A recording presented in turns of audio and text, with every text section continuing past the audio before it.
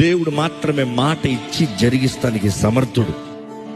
మన అనేక మాటలు చెప్తామేమో కానీ చెప్పింది నిలబెట్టుకోలేము, చెప్పినట్టుగా చేయలేము. ఎందుకంటే మనకి ఆ సామర్థ్యత లేదు. కానీ దేవుడు చెప్పాడా చేయగలుగుతానికి ఆయన సమర్థుడు. బైబిల్ చూసినప్పుడు చూడొచ్చండి, ఇలాంటి పరిస్థితులున్న ఈ ఎండిన నేల, ఎండిన స్థలము అవి చిగురించి ఫలించి అభివృద్ధి చెంది వాటిల్లో నుండి స్తుతి ఆనందం అంట.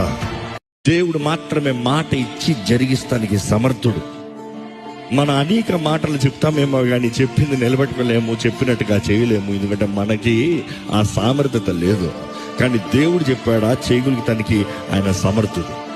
బైబిల్ చూసినప్పుడు చూడొచ్చండి, ఇలాంటి పరిస్థితులున్న ఈ ఎండిన నేల, ఎండిన స్థలము అవి చిగురించి ఫలించి అభివృద్ధి చెంది వాటిల్లో నుండి స్తుతి ఆనందం అంట.